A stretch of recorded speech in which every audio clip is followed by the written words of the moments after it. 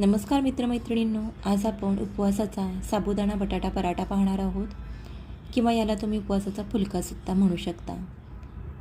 तर हे साबुदाणा बटाट्याचे पराठे बनवण्यासाठी गॅसवरती पॅनमध्ये 1 वाटी साबुदाणा आपण काढून घेतला, 3 ते 4 मिनिट मंद आचेवर भाजून घेतला।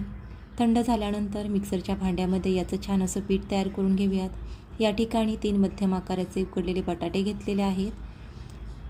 हे बटाटे आपण साल काढून किसणीवरती किसून घेऊयात। सुरुवातीला मी 2 बटाटे किसून घेतलेले आहेत, 1 बटाटा तसाच ठेवलेला आहे। हा बटाटा आपण एका वाटीने मोजून घेतलेला आहे। ज्या वाटीने साबुदाणा घेतलेला आहे त्याच वाटीने आपण 1 वाटी किसलेला उकडलेला बटाटा घेतलेला आहे।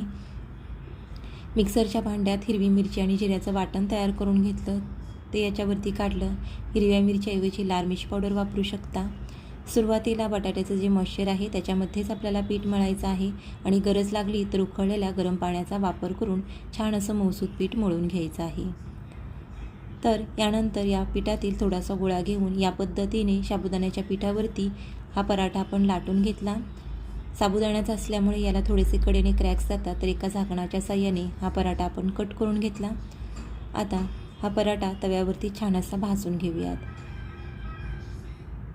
तर बघू शकता तुम्ही, पराठा छान असा टम्म फुगत आहे।